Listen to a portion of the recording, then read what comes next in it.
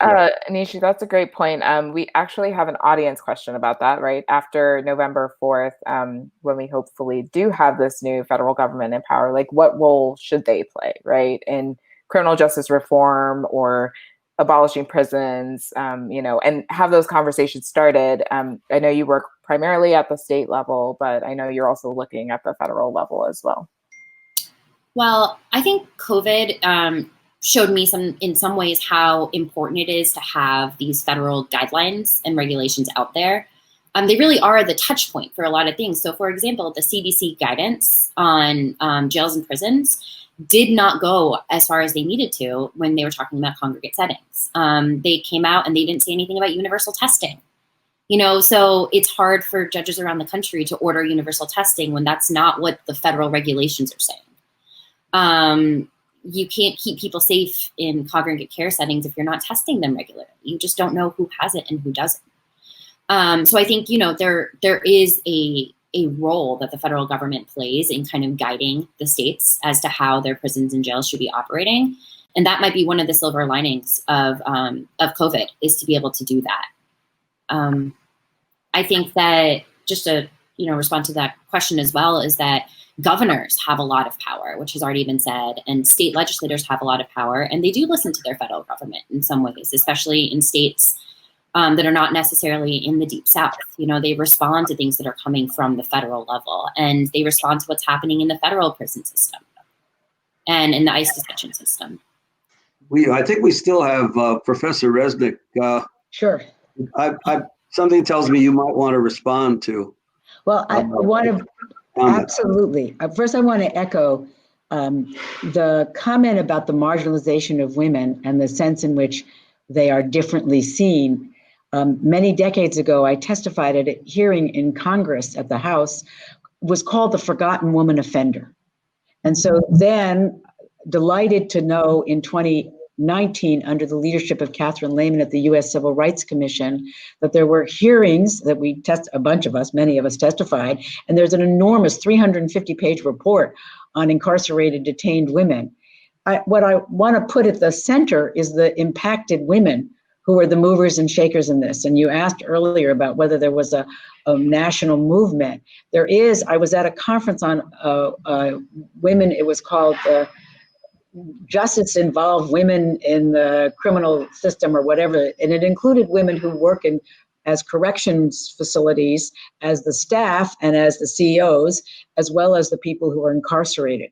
It was really a remarkable and moving gathering, but also coming back again so that in terms of the national movements that are trying, and so grateful that the New Yorker piece was such a New York Review piece was so helpful in bringing into focus that there are a lot of grassroots as well as national efforts trying to bring the points about women as differently treated in the system to the fore, and then to think about on examples of who you mentioned didn't need to be incarcerated, on all the profiles and risk metrics, which are flawed, as Nishi said.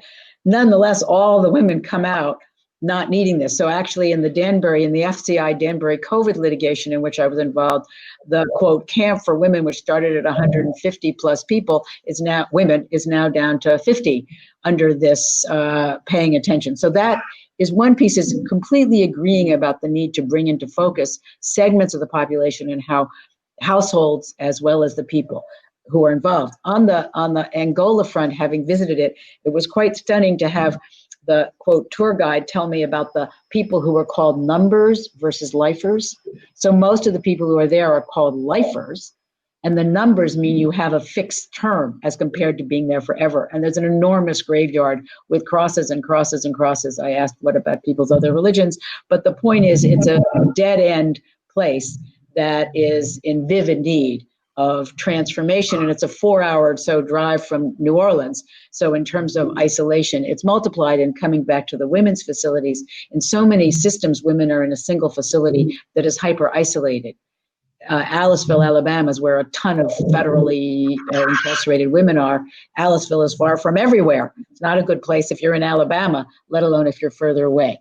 So in terms of the kinds of reforms, if you want to be forward looking, One is that this should teach us that before you put anyone in detention, if you have to put anyone in detention or think you do, you should take health as a factor. If you go through all those risk assessments, very rarely is health or households or families or children's needs or giving care to elder parents or anybody's needs in the list of factors to be taken into consideration. If you're going to really end the massive numbers of people who are incarcerated, you can't just look at people who haven't been convicted of crimes that engage with other human beings, some of which are called violent. Remember that under the rubric of violent, it's me lunging at you whether I touch you or not. And so you have to look across the board at what it is you need. And one is we invented the thing called prison. The people who told us it was disgusting and impermissible as a legal matter were the prisoners, who in the 60s, when judges said, hands off, it's up to the executive, state or federal, the prisoners kept saying, no, no, no, we're human beings and the Constitution speaks to us. And it's they who should get pride of place at the front end of all of this, and persuaded lawyers and judges and legislators to say, yes, you're rights bearers as well as you're everything else.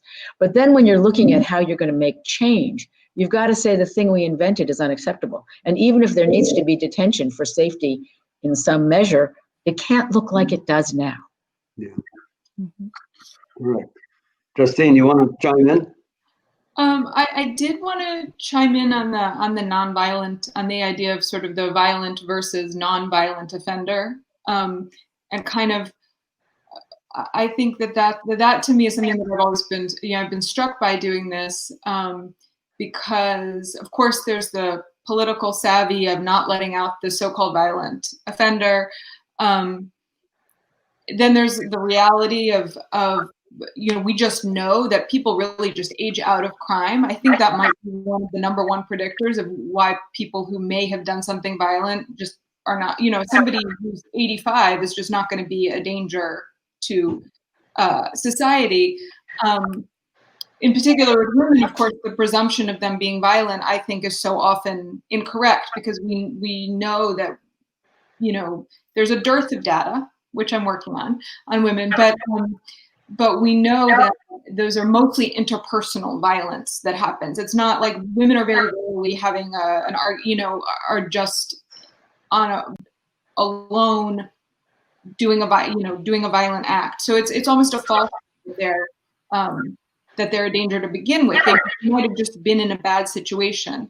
Not all of them, but it made me think of, especially talking about older people, all the people that I spoke with, or people who died during the course of this reporting. And you had this woman who died in Michigan, for example, wheelchair bound, 70-something. She was a survivor of enormous domestic violence. She had internal injuries that she still had from the violence she had been subjected to by the man she was convicted of killing. And she had active dementia. A couple years earlier, she had dementia, and she was not given clemency. I have a friend, a man in Washington State named Arthur Longworth. He's a sort of a colleague as well. He's a writer. He was in the foster care system, horribly abused his whole life, aged out at 19 and killed somebody, which is a horrible thing. He's now 54, 55. He has done so much. And one thing that struck me, and he's been denied parole. I believe he's going up once again. One thing that I think is that what he said in terms of what Nishi was saying about,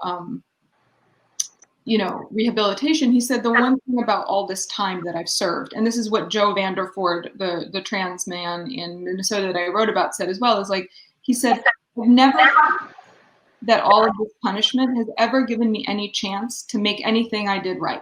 I've never been able to do anything to make it right. So just in terms of, I guess, the purpose of such immense punishment, the idea, the assumption that certain people are violent or in danger, all those things, I guess I really question all of those narratives, because to me, they have not proved to be true. And then we take them as a given, obviously not this group. But the idea of allowing somebody to come out and actually contribute to society when they've proved that they're both not violent and have rehabilitated themselves in spite of a system not rehabilitating them, I think that that's kind of a conversation that could be more widely had, but it's a little nuanced. Nishi, any last thoughts that you wanted to add, whether it's related to what the federal government should be doing or the kinds of community programs that we should be funneling resources into rather than funneling resources into prisons? Anything else? Yeah, I just wanted to speak to something I heard earlier about the difference in impact between men who are incarcerated and women who are incarcerated. I think one thing that means necessarily that women are more impacted is that they're often overlooked.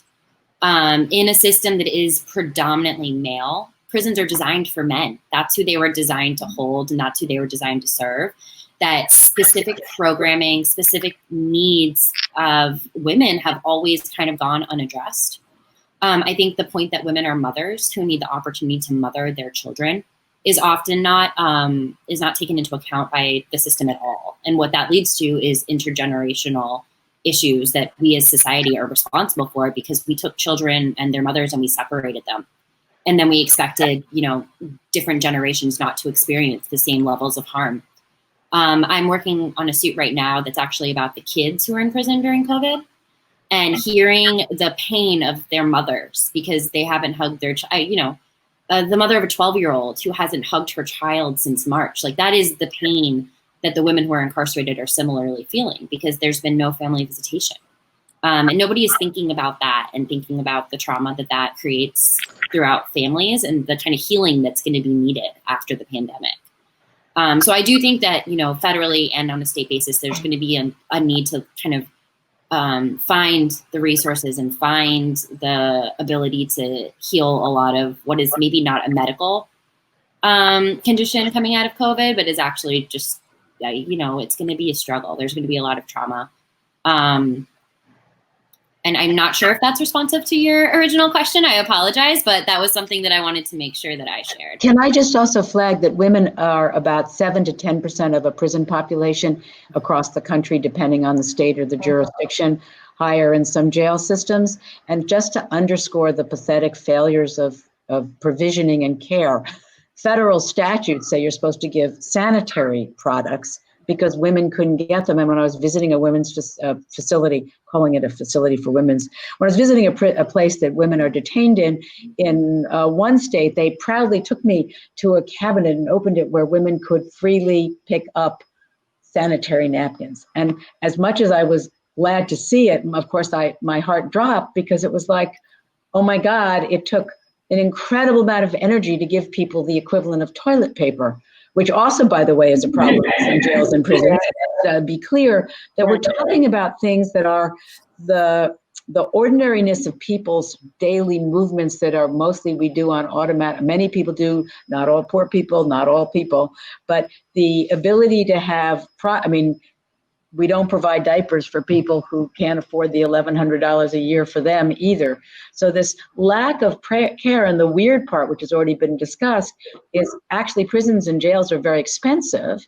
So that in fact, you're giving, it's a $1.4 million for post-conviction housing program, and it's the wrong way to provide housing. And if the governments are going to provide these stunning amounts from the pathetic systems that have $15,000 or $20,000 or $25,000 per person to some systems that spend $40,000 or $45,000 per person, think about how you could use that money in so much more generatively than the way we're using it now.